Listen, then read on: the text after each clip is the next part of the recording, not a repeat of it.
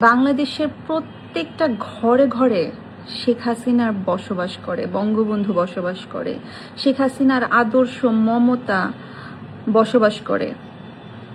এই যে আপনারা যারা গুপ্ত আছেন না, এই গুপ্তগুলোর বাসায় যারা মা বোনরা আছে, বয়স্ক যারা আছে, সবাই যে মনের অজান্তে বলে না যে আগেই ভালো ছিলাম, আগে দেশটা নিরাপদ ছিল। সো তারা নিজেরাও জানে না যে তারা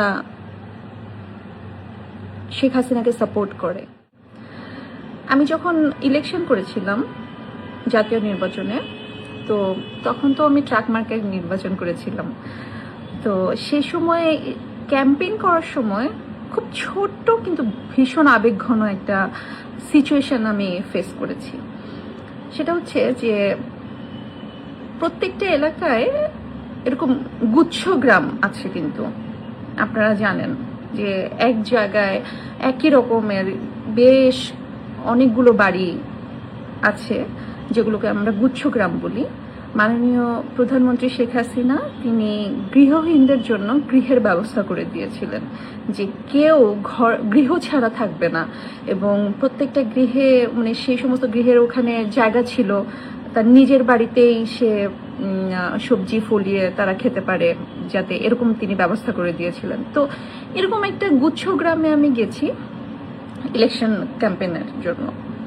তো একটা দাদি সামনে পড়েছে, তারা বিকালবেলা সবাই একসাথে বসে আড্ডা দিচ্ছে, এরকম কিছু একটা।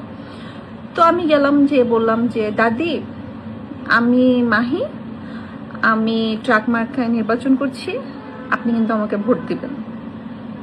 দাদি আমার মাথায় হাতটা বুলিয়ে তার ঘর থেকে শরবত বানিয়ে নিয়ে এসে আমাকে খাওয়ালেন, আমার মাথায় হাত বুলিয়ে দিলেন, ভীষণ মমতা নিয়ে আমাকে বললেন যে মা তোমার মার্কা কি? তো আমি বললাম যে আমার মার্কা ট্রাক। তিনি হেসে আমাকে বললেন যে মা, এই যে ঘরটা দেখো, এই ঘরটা হাসিনা আমাকে দিছে, তো আমি সেই হাসিনারে রাইখা আমি কি অন্য কাউকে ভোট দিতে পারি? আমি হাসিনাকে ছাড়া অন্য কাউকে ভোট দিতে পারবো না মা, কিন্তু তোমার জন্য অনেক দোয়া।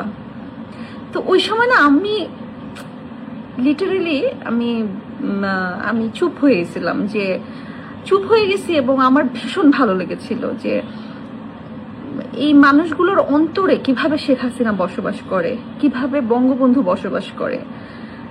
যত মানে মমতা নিয়ে তিনি শেখ হাসিনা বলছে যে হাসিনা আমারে ঘর দিছে, আমাকে থাকার জায়গা দিছে, আমারে খাওয়ার জন্য যে সবজিগুলো আমি ফলাই এই জায়গা সে দিছে, আমি তারে রেখা কারে ভোট দিব? এই কথাটা শোনার পরে আমার মনে হয়েছে যে আমি বলছি যে দাদি, আপনি উনাকেই ভোট দিবেন, অবশ্যই আপনি উনাকেই ভোট দিবেন, এবং আপনি দেখবেন যে আপনার আশেপাশে যারা আছে সবাই যাতে উনাকে ভোটটা দেয়। এরকম ভাবেই না বাংলাদেশের প্রত্যেকটা ঘরে ঘরে শেখ হাসিনার বসবাস করে, বঙ্গবন্ধু বসবাস করে, শেখ হাসিনার আদর্শ মমতা বসবাস করে। এই যে আপনারা যারা গুপ্ত আছেন না, এই গুপ্তগুলোর বাসায় যারা মা বোনরা আছে, বয়স্ক যারা আছে, সবাই যে মনের অজান্তে বলে না যে আগেই ভালো ছিলাম, আগে দেশটা নিরাপদ ছিল। সো তারা নিজেরাও জানে না যে তারা শেখ হাসিনাকে সাপোর্ট করে। তো আপনারা এখন যে ভং ধরছেন না, এখন আবার ওই অগাস্টে যেরকম, জুলাই অগাস্টে যেরকম অ্যাক্টিং শুরু করছিলেন, নিজেরাই স্কুল পড়ুয়া বাচ্চাদেরকে মেরেছেন। আচ্ছা, ওই যে আবু সাইদ মারা গেছেন, শহীদ হয়েছেন, আবু সাইদের বুক তো এভাবে দাঁড়িয়েছিল।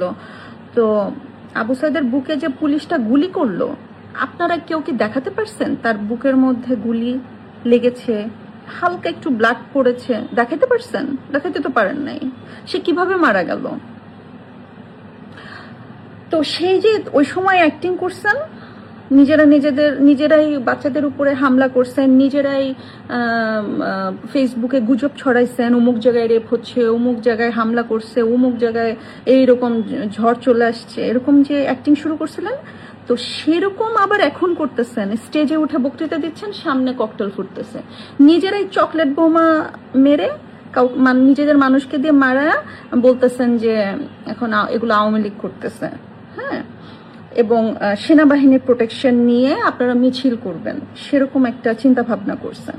আপনাদেরকে বলে রাখি, যতই ভং ধরে সেনাবাহিনীর প্রোটেকশন নেন না কেন, বাংলাদেশের মানুষ, বাংলাদেশের প্রত্যেকটা খেটে খাওয়া মানুষ আপনাদের বিচার করবে। রাস্তায় নামবেন, রিক্সাওয়ালা ভাইয়ারা ধরে পিটানি দিবে, ঠিক আছে? ওই যে হিন্দিতে একটা কথা আছে না, চুন চুনকে মারুঙ্গা, আপনাদের খবর আছে। মানুষ বাসা থেকে বের হয়ে হয়ে আপনাদের ধরে পিটাবে। সো সাবধান হয়ে যান, সবাই ক্ষেপে আছে আপনাদের উপরে। সময় থাকতে এই সমস্ত অ্যাক্টিং বন্ধ করেন, ভং ধরা বন্ধ করেন, ঠিক আছে? নিজেদের খ্যাতাবালিশ গুছান। আপনাদের জায়গা এই দেশে বেশি দিন নাই। ভালো থাকবেন।